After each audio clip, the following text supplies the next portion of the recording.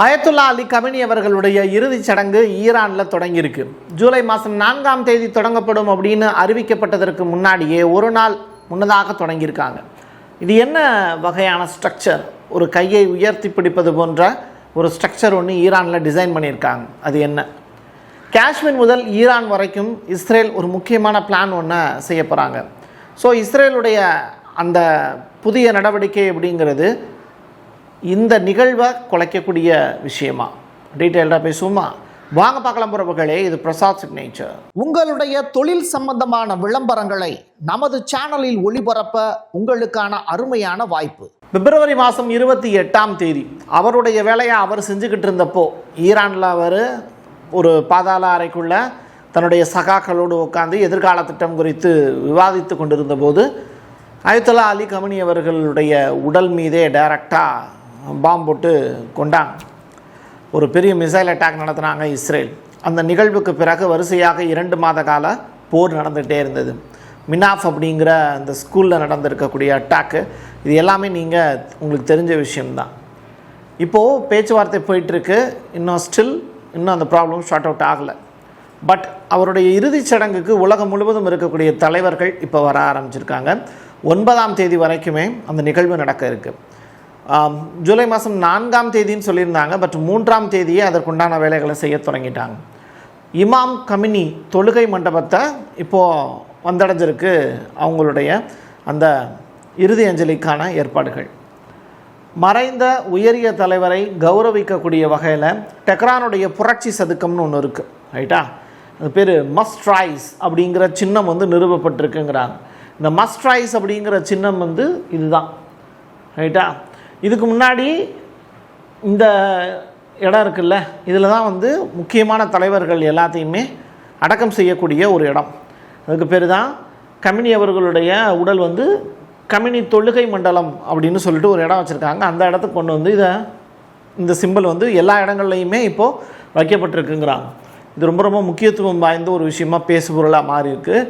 இப்போ இந்த சிம்பிள் தான் இன்றைக்கி இன்ஸ்டா மற்ற இடங்கள் எல்லாத்துலேயுமே ரொம்ப ஃபெமிலியராக பார்க்கப்படக்கூடிய ஒரு ஃபோட்டோ. சரி, இந்த கமினி அவர்களுடைய இறுதிச் சடங்கில் யார் யாருடைய பாடிலாம் சேர்ந்து இறுதி அஞ்சலிக்காக வைக்கப்பட்டிருக்கு அப்படிங்கிறதையும் பார்த்தோம். அதில் ஒன்று பார்த்திங்கன்னா கமினி அவர்களுடைய உடல், அதுக்கு பக்கத்துலேயே பார்த்திங்கன்னா அவருடைய மகள், அதுக்கப்புறம் பேரன், அதுக்கப்புறம் மருமகன், இவங்களுடைய உடல்லாம் வைக்கப்பட்டிருக்கு. பேத்தி ஒரு பாப்பா ஒன்று, அந்த பாப்பாவோட ஃபோட்டோ பார்த்திங்கன்னா அந்த இருக்கும். ஸோ இப்படி தன்னுடைய குடும்ப உறுப்பினர்கள் எல்லாத்தையுமே இழந்துட்டார். இப்போது மிச்சம் மீதி இருக்கிறது அப்படின்னு சொல்லி பார்க்கும்போது முஸ்தஃபா கமினின்னு சொல்லப்படக்கூடிய அவருடைய மகன், அவர் என்ன நிலைமையில் இருக்கார், அவர் இந்த இறுதிச் சடங்கில் கலந்துப்பாரா அப்படிங்கிறது தொடர்பான கேள்விகளும் இருக்குல்ல, அதெல்லாம் அடுத்தடுத்து நான் சொல்கிறேன். கமினி அவர்களுடைய இறுதிச் சடங்கில் பங்கேற்பதற்காக காஷ்மீர்லேருந்து கிளம்பி மெஹபூபா முஃப்தி இப்போது டெஹ்ரான் வந்தடைஞ்சிருக்காங்க. இந்த நிகழ்வில் கலந்துக்கிறதுங்கிறது ஒரு அரிய கௌரவமாக கருதுகிறேன் அப்படின்னு தன்னுடைய எக்ஸ் பக்கத்தில் அவங்க பதிவு செஞ்சுருக்காங்க. அது மட்டும் இல்லை, மறைந்த உன்னத தலைவரை நீரோட்டத்திற்கு எதிராக நிற்க துணிந்து ஒடுக்கப்பட்டவர்களுக்காக போராடியவர் அப்படின்னு அந்த வார்த்தைகளால் மாலை தொடுத்து இன்றைக்கி வணங்கியிருக்காங்க. ஸோ இது ரொம்ப ரொம்ப முக்கியத்துவம் வாய்ந்தது. தொடர்பான காட்சிகளும் நம்மகிட்ட கிடச்சிருக்கு, பார்க்கலாம். உலகத்தினுடைய மிக முக்கியமான தலைவர்கள் எல்லாருமே அவருடைய உடல் வைக்கப்பட்டிருக்கக்கூடிய இடத்துல அவருடைய தொப்பி பார்த்திங்களா பிளாக் கலரில் வச்சுருக்காங்க. ஸோ அந்த இடத்துக்கு ஒரு இறுதி அஞ்சலி செலுத்தக்கூடிய நிகழ்வு, ஒரு ப்ரேயரும் பண்ணிட்டு போகிறாங்க. மிக முக்கியமான தலைவர்கள் எல்லாருமே இருக்காங்க. அவங்க கூட தான் மெஹபூபா முஃப்தி நிற்கிறாங்க. இவங்க மட்டும் கிடையாது, இந்தியாவில் இருந்து மிக முக்கியமான இணையமைச்சர்கள், அதற்கு பிறகு ஆளுநர், இவங்கெல்லாம் கலந்துக்க போகிறாங்க. அது உண்மைதான். அடுத்ததாக இந்தோனேஷியா மற்றும் ஆப்கானிஸ்தானை சேர்ந்த மத அறிஞர்களும் கலாச்சார ஆளுமைகளும் வீரமரணமடைந்த கமினி அவர்களுடைய உடலுக்கு இறுதி அஞ்சலி செலுத்துவதற்காக அங்கே போயிருக்காங்க. ஸோ வேர்ல்டு வைடாக மிக முக்கியமான தலைவர்கள் எல்லாமே இப்போது டெஹ்ரானுக்கு வந்திருக்காங்க. இப்படிப்பட்ட சுச்சுவேஷனை இஸ்ரேல் தவறாக பயன்படுத்தி கொள்ள வாய்ப்பு இருக்கா அப்படிங்கிற சிந்தனை ஓட்டமும் நமக்குள்ளே இருக்குது. அதற்கான பதிலும் நம்ம அடுத்தடுத்து பார்ப்போம். டெஹ்ரானில் இருக்கக்கூடிய மக்கள் எல்லாமே இந்த ரோஜாப்பூ இருக்குல்ல, அதை கையில் வச்சுக்கிட்டு இறுதி அஞ்சலி செலுத்தக்கூடிய நிகழ்வுகள், அது மட்டும் இல்லை பதாகைகள் ஏந்தி கொண்டு மக்கள் இருக்கக்கூடிய காட்சிகள், பொதுமக்கள்லாம் தலையில் அடிச்சுட்டு அழக்கூடிய காட்சிகள், இது எல்லாமே ஈரானில் நடந்துக்கிட்டு இருக்கு. இப்போது ஒரு நாட்டை வந்து கிட்டத்தட்ட 30 ஆண்டுகளுக்கு மேலே வழி நடத்திக்கிட்டு இருக்கக்கூடிய ஒரு தலைவன் இறந்து போயிட்டார் அப்படிங்கிறதுனால மக்கள் வந்து அவருக்கு இறுதி அஞ்சலி செலுத்தக்கூடிய நிகழ்வுகள் இப்போ அரங்கேறிட்டு இருக்கு. முஸ்தபா கமினி இவர் தன்னுடைய அப்பாவினுடைய இறுதிச் சடங்களை கலந்துப்பாரா இல்லையா அப்படிங்கிற கொஸ்டின் மார்க்கு. அதற்கான பதில் இப்போ கிடச்சிருக்கு. பாதுகாப்பு அச்சுறுத்தல் காரணமாக தனதுடைய தந்தை கமினி அவர்களுடைய இறுதிச் சடங்கில் முஸ்தபா கமினி கலந்து கொள்ள மாட்டார் அப்படிங்கிறது அந்த இடத்துல அனௌன்ஸ்மெண்ட்டாக கொடுத்துருக்காங்க. இது ஈரானுடைய IRGC சைடிலிருந்து வெளியாகி இருக்கக்கூடிய மிக முக்கியமான ரிப்போர்ட்டு. இந்தியாவில் இருக்கக்கூடிய தற்போதைய தலைவருடைய பிரதிநிதி ஒருத்தர் அயத்துல்லா ஹக்கீம் இல்லாஹி அவரும் வந்து இந்த கருத்தை உறுதிப்படுத்தியிருக்கார். கடைசி நேரத்தில் முஸ்தபா கமினி அவர்கள் தோன்றுவாரா, ஃப்ரேம் முன்னாடி வருவாரா அப்படிங்கிறது தெரியாது. ஏன்னா அந்த முடிவு கடைசியில் அவர் எடுக்க வேண்டியது. ஸோ அப்படி ஒரு வாய்ப்பு இருக்குமா அப்படிங்கிறது தெரியல. கமினி அவர்கள் உயிரோடு இருந்தப்போ அயத்துல்லா அலி கமினி அவர்கள் பெஜஸ்கியான் அவர்கள்ட்ட, ஈரானுடைய பிரசிடெண்ட் அவர்கள்ட்ட ஒரு முக்கியமான ஸ்டேட்மெண்ட் ஒன்று சொல்லியிருக்கிறதா இப்போது பிரசிடெண்ட் அவர்கள் ஸ்டேட்மெண்ட் சொல்லியிருக்கார். அமெரிக்காவுடனான பேச்சுவார்த்தைகளுக்கு ஈரானுடைய உச்ச தேசிய பாதுகாப்பு கவுன்சிலில் 4/3 உறுப்பினர்கள் ஒப்புதல் அளித்தாங்கன்னா அந்த பேச்சுவார்த்தைகளை முன்னெடுக்கலாம் அப்படின்னு கமினி அவர்களே சொல்லியிருந்ததாக இப்போ அவர் தகவலை சொல்கிறார். அந்த அடிப்படையில் இப்போ அந்த குழுவில் ஒரு 13 பேர் இருக்காங்க.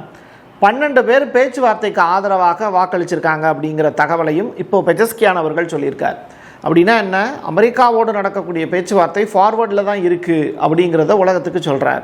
இப்படிப்பட்ட நிலையில் பேச்சுவார்த்தைக்கு ஒத்துழைப்பு கொடுக்கலை அப்படின்னா இஸ்ரேல் மீது மீண்டும் தாக்குதல் நடத்தலாம் அப்படின்னு அமெரிக்காவினுடைய உளவுத்துறை இப்போ ஈரானுக்கு எச்சரிக்கை விடுத்திருக்காங்க. இந்த இடம் ரொம்ப ரொம்ப முக்கியத்துவம் வாய்ந்தது.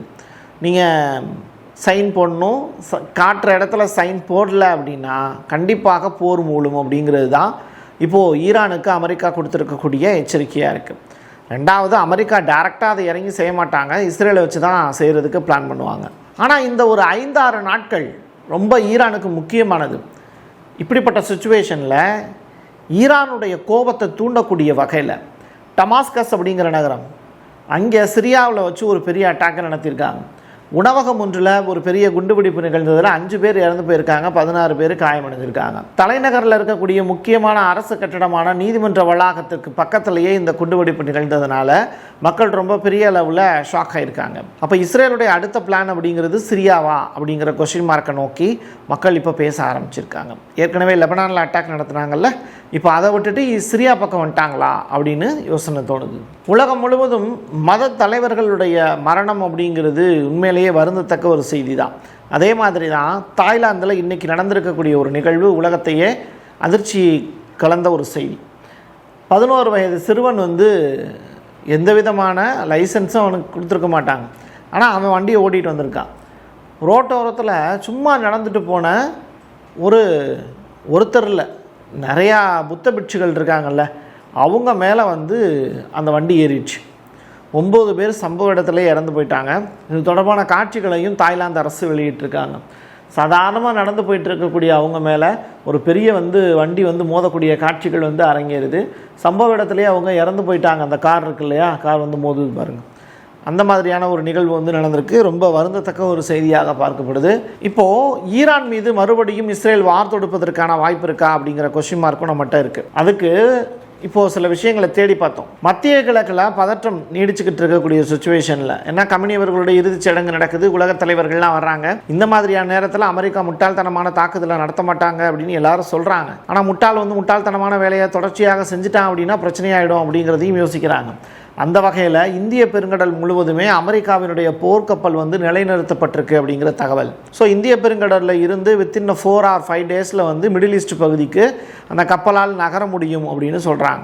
ஸோ கமினி அவர்களுடைய இறுதிச் சடங்கினுடைய கடைசி நாளில் கூட அமெரிக்கா மற்றும் இஸ்ரேலால் தாக்குதல் நடத்துவதற்கு வாய்ப்பு இருக்குது அப்படிங்கிற அச்சம் இருக்குது. ஸோ அதுக்கான உதாரணம் தான் இப்போது இந்த ஒரு 10 வார்ஷிப் இந்திய பெருங்கடலில் நிலைநிறுத்தப்பட்டிருக்கு அப்படிங்கிறது. இதையும் நம்ம ரொம்ப உன்னிப்பாக கவனிக்க வேண்டிய தேவை இருக்குது. அந்த ஷிப்பை ஃபாலோ பண்ணிட்டே இருக்கோம். அடுத்ததாக அமெரிக்கா என்ன செய்கிறாங்க, இஸ்ரேல் என்ன செய்கிறாங்கங்கிறத தெரிஞ்சுக்கிட்டு அடுத்த எபிசோடில் பேசுவோம்.